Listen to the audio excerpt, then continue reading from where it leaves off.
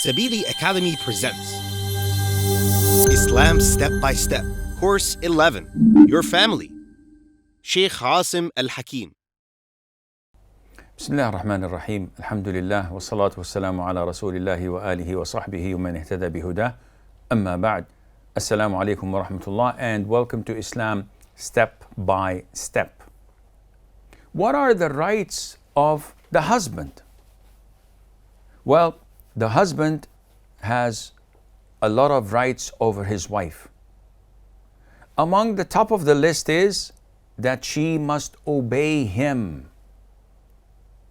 And such obedience must be in kindness, in the sense that anything that is related to a man's rights, it is mandatory upon the wife to obey him.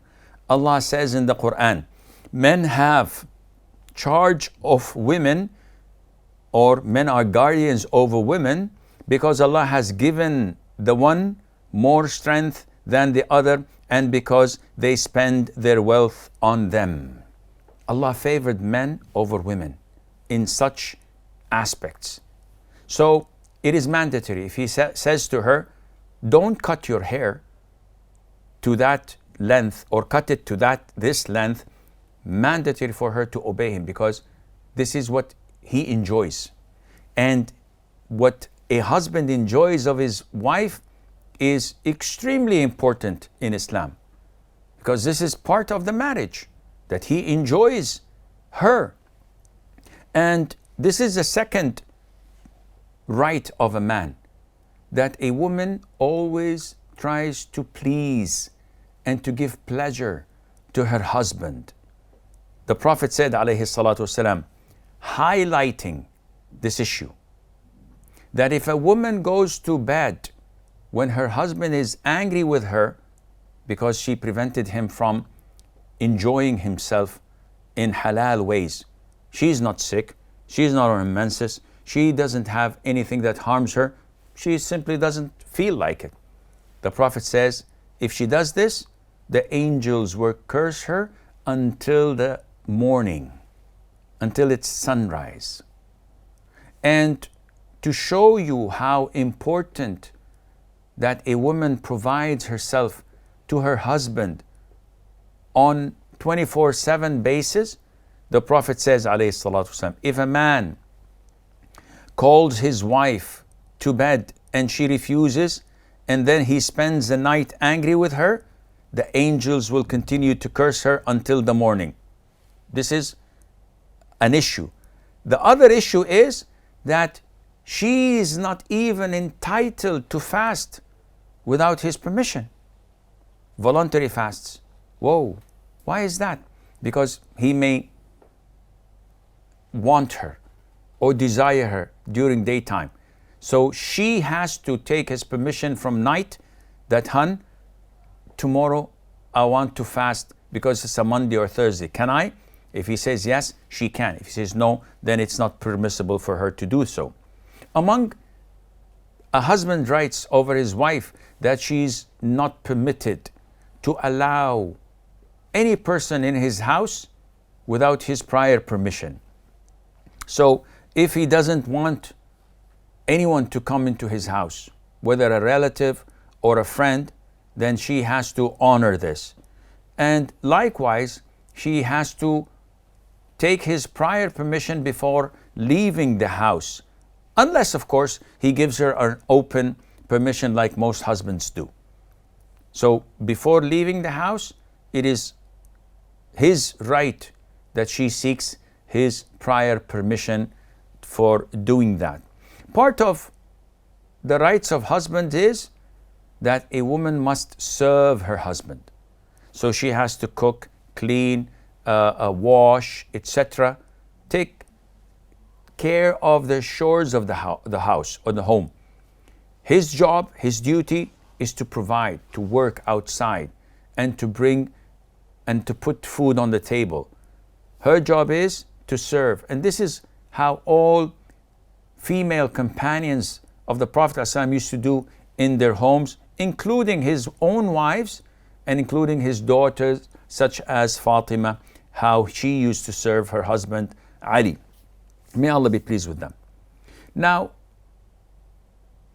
moving and shifting to an issue that is controversial to many nowadays, the issue of polygyny.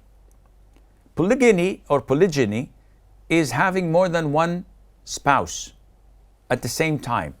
So a woman cannot only marry one man, but men, they're permitted in Islam to marry up to 4.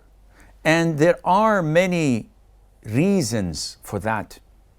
But among them, if you look around, you will find that the supply is far greater than the demand. If one man marries one woman, you'll have a surplus of women unattended. They're not married, which causes a lot of problems in the society because their nature is not fulfilled. And it can't be fulfilled without a man. So what to do when we have a surplus? Islam comes with a solution. You may marry again, but with conditions. What are the conditions? Number 1, that you must be fair. So you marry 2 women, you have to be fair in the number of nights you divide, in the provision, how much you pay, how much you give as gifts. So you are not allowed to be favoring one over the other, because Allah says, if you fear that you will not do justice between them, then marry only one. So this fairness is essential, but it has nothing to do with your inclination emotionally. So yes, I may love my first wife more than I love my second wife.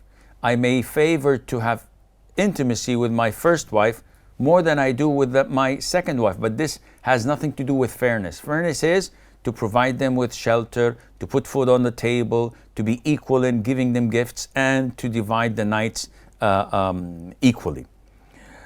Among the conditions is that you are able to provide for both.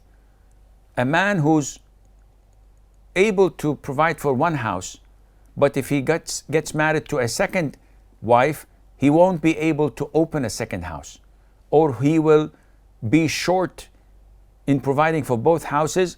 It is not permissible for him to get married. Financially, you have to be capable of opening 2 houses and maintaining them. Thirdly, you cannot marry more than 4 women.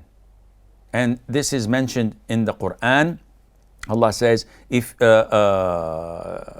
you fear that you cannot deal fairly with orphan girls, you may marry women of your choice, 2 or 3 or 4. But if you fear that you might not be able to treat them with equal fairness, then only 1.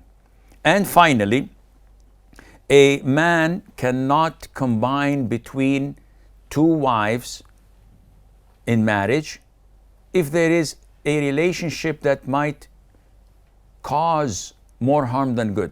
So Islamically, it's haram, it's prohibited for a man to marry 2 sisters at the same time. Totally prohibited. The second marriage is invalid automatically. As well, it's prohibited to marry a woman and her aunt, whether paternal or maternal, or a woman and her niece. This is totally prohibited in Islam. هذا والله أعلم ونسبة العلم إليه أسلم وصلى الله وسلم وبارك على نبينا محمد.